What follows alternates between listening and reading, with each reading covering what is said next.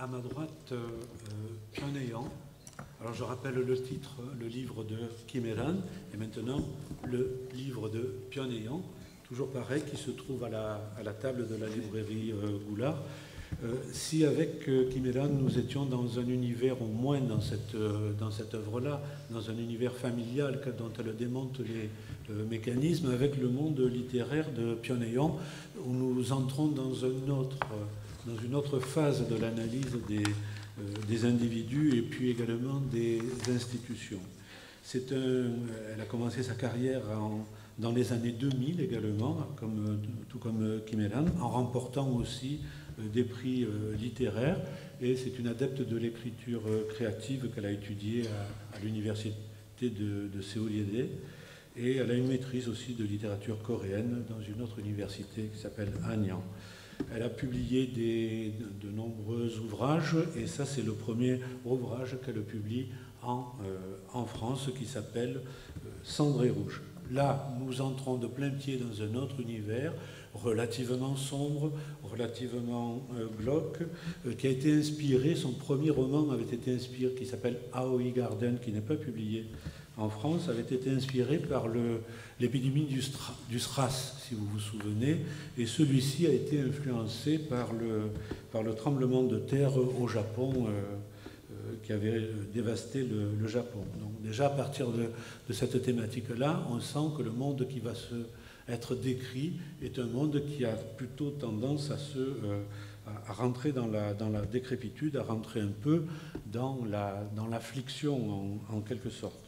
C'est un ouvrage écrit avec une imagination débridée. Je suis obligé d'en donner quelques indices pour annoncer la lecture. C'est un personnage qui arrive dans un pays qui s'appelle C. Alors C, ça peut être la Corée, ça peut être la Chine, ça peut être le Cantal, je ne sais pas. En tout cas, on ne connaît pas ce pays-là. Et il arrive au moment d'une épidémie et la ville est absolument dévastée, avec des rats qui circulent partout. Et on va voir tout à l'heure ce qui se passe dans cette ville. Mais pour vous, d'abord, une petite lecture pour prendre connaissance du texte.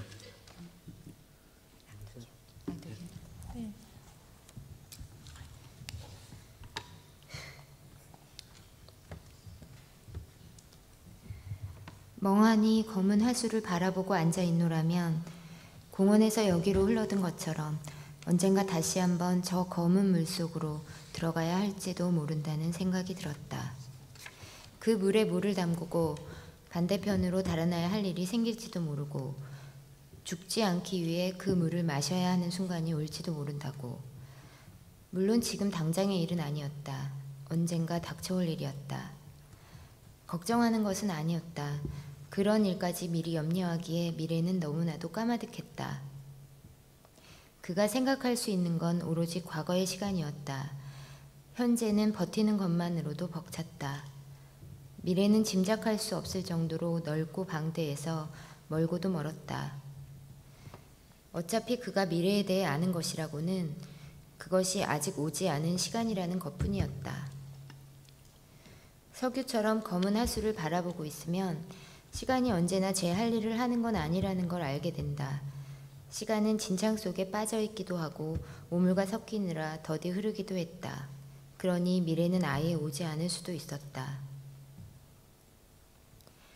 그는 죽음을 앞둔 노인이 하루 종일 지나간 생애를 곱씹듯 검은 하수를 바라보며 과거를 떠올리는 일에 매달렸다.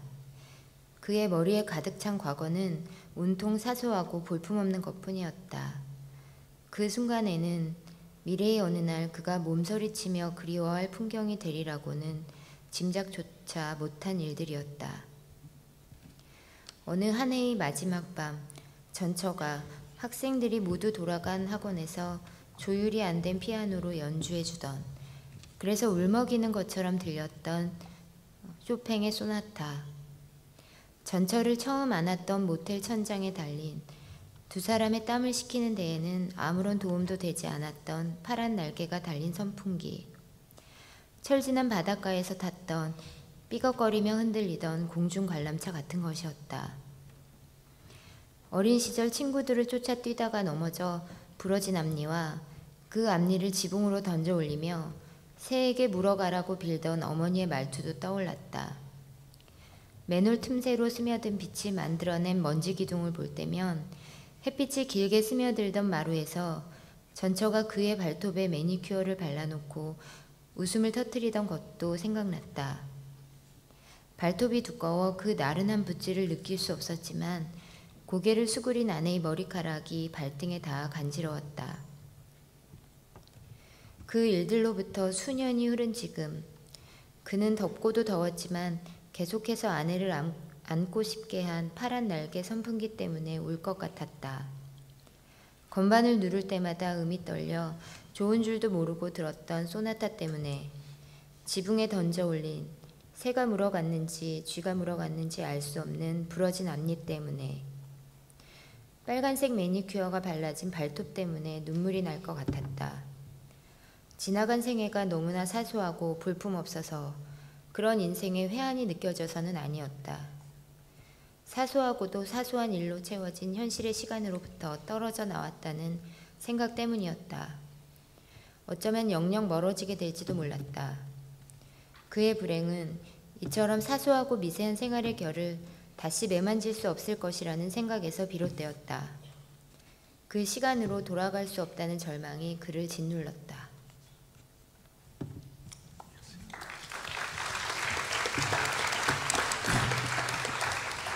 Vous avez compris que si nous faisons des lectures en coréen, c'est parce que d'abord il y a beaucoup de Coréens dans la salle, mais il y a surtout beaucoup d'étudiants d'études coréennes de l'université et aussi de l'école coréenne d'Aix-en-Provence, et que ça change un peu du manuel, non? Et de Yagie Popshida aussi. Merci.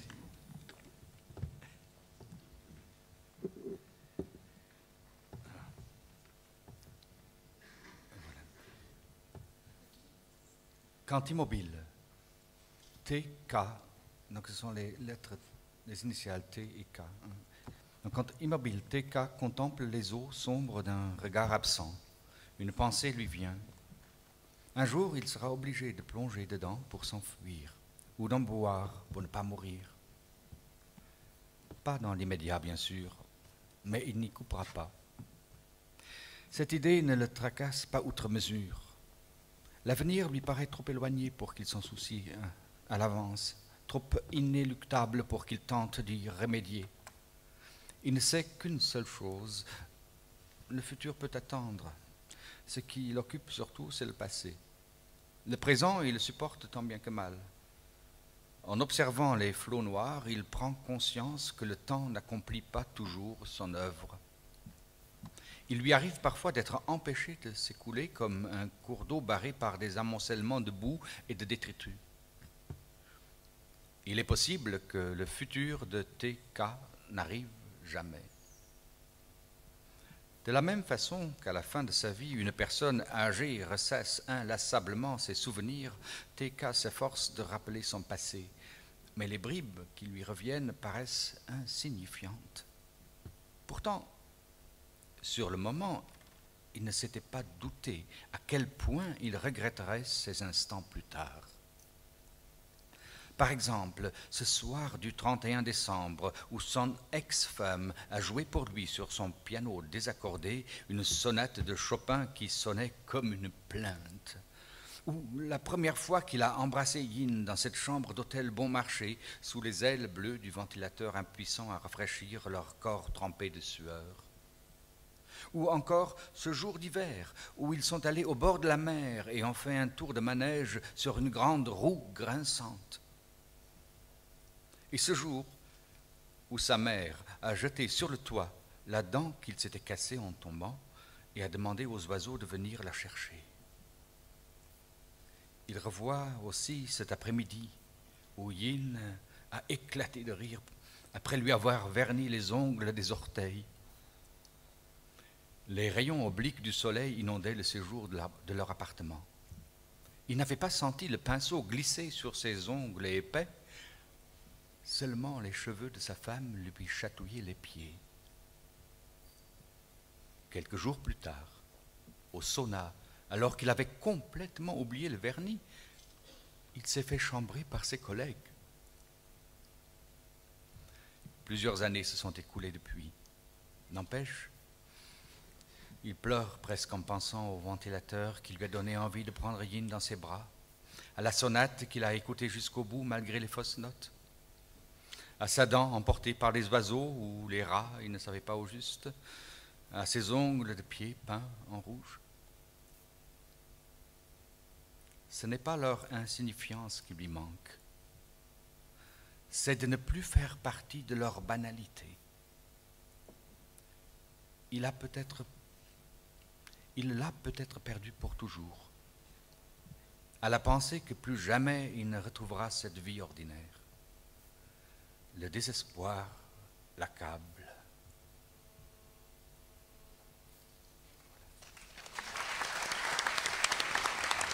Merci. Vous découvrirez avec Cendré Rouge un roman, le roman du désordre, un roman de la violence, mais aussi, et paradoxalement, un roman d'espoir, car au fond, même dans toutes les situations les pires, dans les situations les plus glauques, les plus difficiles, les plus inéluctables, eh bien, la pulsion de vie est toujours présente, celle qui permet, au fond, de maintenir son propre équilibre. Tous les traducteurs savent que traduire, c'est trahir. Et je postule aussi que lire, c'est trahir. Et donc, je ne me suis pas gêné pour trahir la lecture que le texte de Pyongyang, en orientant quelques questions que j'avais envie de lui poser. J'étais un jour en Corée et un écrivain, que je ne nommerai pas, bien entendu, a dit que le problème le plus grave de la littérature coréenne était que les écrivains ne faisaient plus peur aux hommes politiques.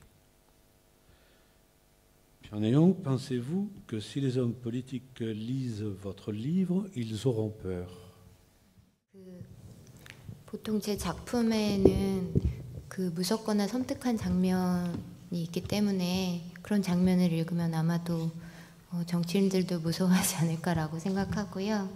그 재와 빨강이라는 작품에는 그 여행을 갔던 한 장소에서 원숭이 숲이라고 일컬어지는 어떤 그 공간을 통과하게 되는 장면이 있어요. 근데 거기에서 난데없이 그 원숭이 때 공격을 받는 그런 장면들을 보면 그 자신이 예기치 않은 어떤 재난에 맞닥뜨린 상황을 접하게 되니까 그런 장면을 읽으시면 아마 딱히 정치인이라서가 아니라 그 보통의 독자들이 느끼는 것 같은 두려움을 느끼지 않을까라는 생각을 하고요.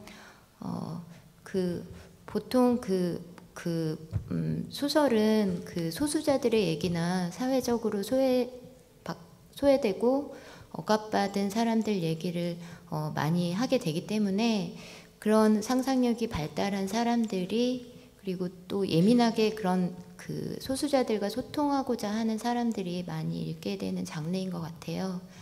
그래서 아마도 그 정치인들이 그런 상상력을 좀 가져주었으면 하는 바람에서 이런 말씀을 하지 않았나라는 생각이 들어요.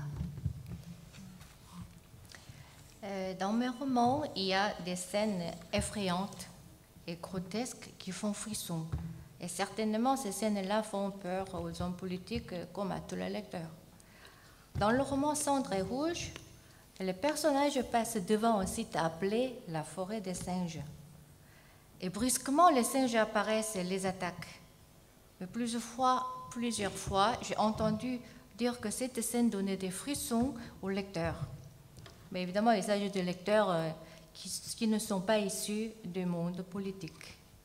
Mais malheureusement, les hommes politiques n'auront pas cette occasion car ils ne liront certainement pas mon livre. Alors, si les écrivains ne font plus peur aux hommes politiques, c'est un problème grave et je me demande si le fait de ne pas lire de romans n'est pas aussi un problème grave. Et fondamentalement, la littérature parle essentiellement des minorités, des gens blessés, exclus, dans la perspective de communiquer avec eux. Mais ceux qui ont une imagination sensible par laquelle ils rentrent en communication avec ces personnes blessées ou exclues sont sensibles aux douleurs de la vie, à la solitude des êtres humains ou la contingence de l'existence. Alors on pense que, et on espère ainsi que les hommes politiques auront cette imagination-là. Une autre question, dans l'univers que vous décrivez, il y a une forme de glissement de la responsabilité collective à la responsabilité individuelle. En fait, c'est quand même le personnage arrive au milieu d'une épidémie que les institutions publiques n'arrivent pas à enrayer. Je voudrais demander à Pyongyang s'il s'agit d'une façon toute personnelle de décrire la défaillance des institutions publiques. 제와 빨강이라는 작품은 검역원이 체온을 재면서 검역을 시작하는, 통제하는, 그래서 입국자들을 관리하는 장면으로 시작하는데요. 그 장면이 어쩌면 위생 권력의 상황, 그리고 개인의 질병이 어떤 집단이나 권력 시스템에 의해서 통제되는 상황 같은 것을 비난하거나 비판하는 것으로 보일 수도 있다는 생각이 들어요. 근데 사실은 그런 비판이나 어떤 누군가의 책임이다라고 소재를 따져 묻기보다는 질병이 국가적으로 관리되고 그리고 방역의 주체가 명확히 있을 때 개인이 거기서 소외되게 마련이고, 그리고 그러면 무기력해지는 어떤 그런 개인의 모습을 좀 더 주목해서 쓰고자 했고요. 작품 속의 배경이 초반에는 아마도 전염병이 만연하는 전염병 발병의 초기인 어떤 상황이었기 때문에 위생 권력에 대한 얘기들이 많이 언급이 됐던 것 같은데요. 작품이 진행되면서 자연스럽게 그런 상황화, 그런 시스템 아래에 놓인 어떤 개인의 고독감 그리고 무기력감 같은 것들이 좀 더 부각이 되지 않을까라는 생각이 들어요.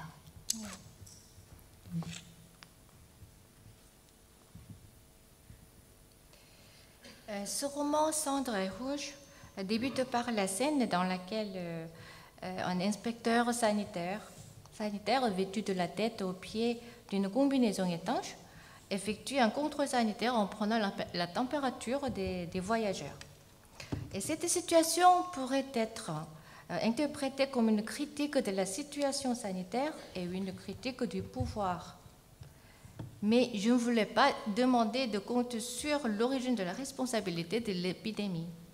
Mais je voulais plutôt porter mon regard sur l'impuissance des êtres humains lorsqu'ils sont confrontés à une situation où leur santé dépend des autorités. Alors, au début du livre, je décris la situation épidémique, donc le système est davantage mis en valeur, mais peu à peu, dans une situation de décadence, c'est la question de l'individu qui émerge, par exemple la solitude ou l'impuissance des êtres humains.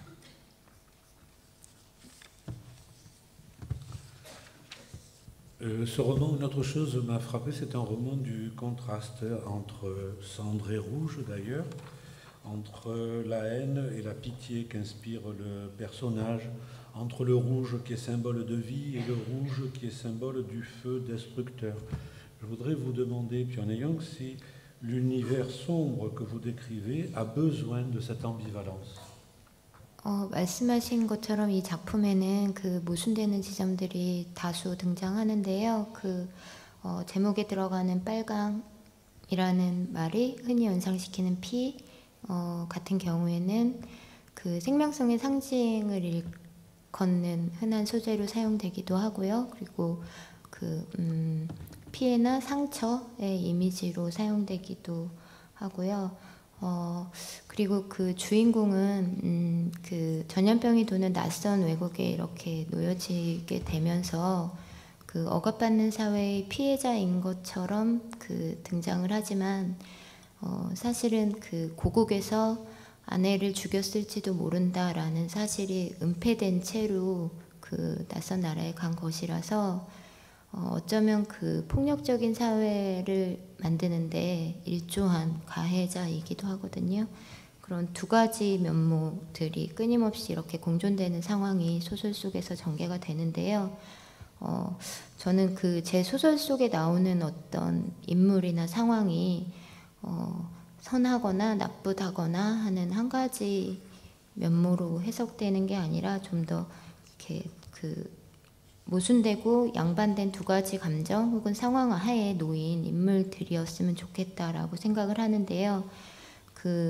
그렇게 되면 그 인물들이 자연스럽게 그 현실은 그다지 논리적이지 않고 그리고 모순으로 가득 차 있고 그리고 그러한 세계를 이해하기 위해서는 좀 더 그 다양하고 그 상반된 울퉁불퉁한 시선을 포용할 수 있어야 된다라는 걸 그런 좀 모순된 상황을 겪으면서 좀 헤아려 가는 인물이 되었으면 좋겠다고 생각했어요. Et comme vous le dites, la contradiction existe dans ce roman. Le sang rappelé par le mot rouge est le symbole de vie et en même temps que le symbole de destruction et de blessure. Puisque le personnage de ce roman étant minoritaire dans un pays étranger, il est en but à l'oppression du système qui contrôle l'épidémie. Mais donc il devient du coup une victime. Mais par contre, en dissimulant qu'il pourrait être assassin de sa femme dans son pays, il devient un agresseur qui participe à une société humaine et violente.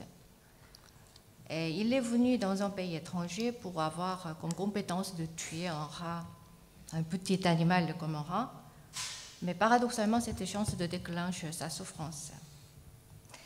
Mais en fait, j'aimerais bien que l'image du personnage de mon roman ne soit pas fixée comme un type simpliste. Par exemple, un homme bon, un homme mauvais, ou une victime, ou encore un agresseur, etc.